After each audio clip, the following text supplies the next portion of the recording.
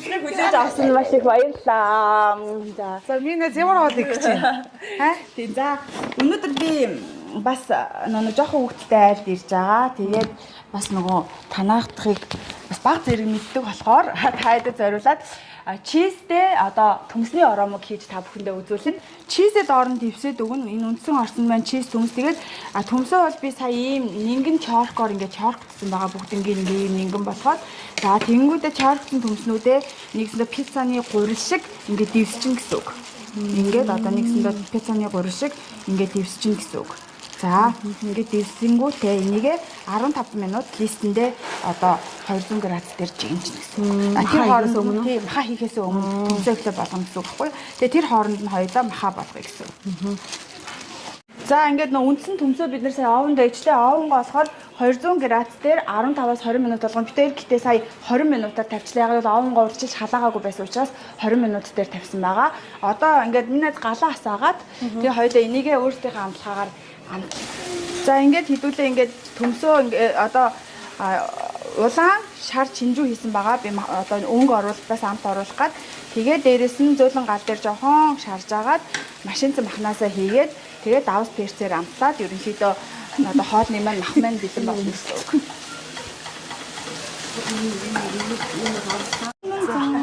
За энэ дэр нэг минут тавьчихгүй.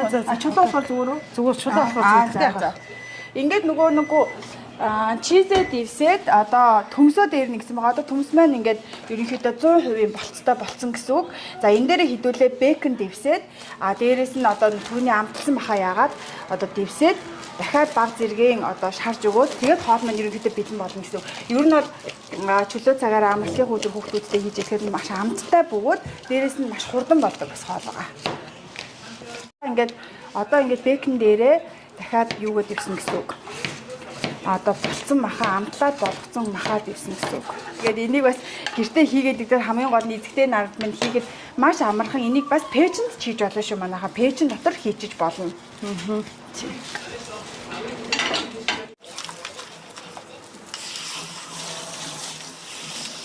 За тэгээд нэг 5 минут чигээр тэгээд бүхэл гараад ирээд хуйлаад цаад юм байна.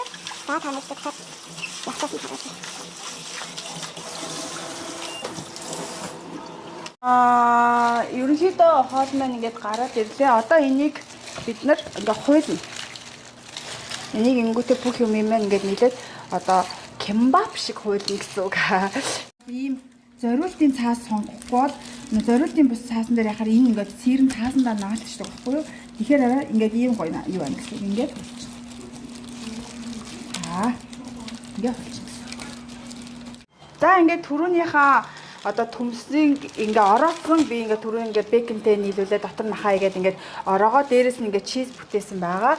За тэгээд дээрэс нь хоёулаа ингээ жижиг ногоогоор амтлаад энийгээ нэг 5 минут орчим овондоо дахиж хийгээд ингээ хоол маань ерөнхийдөө бэлэн болно гэсэн үг.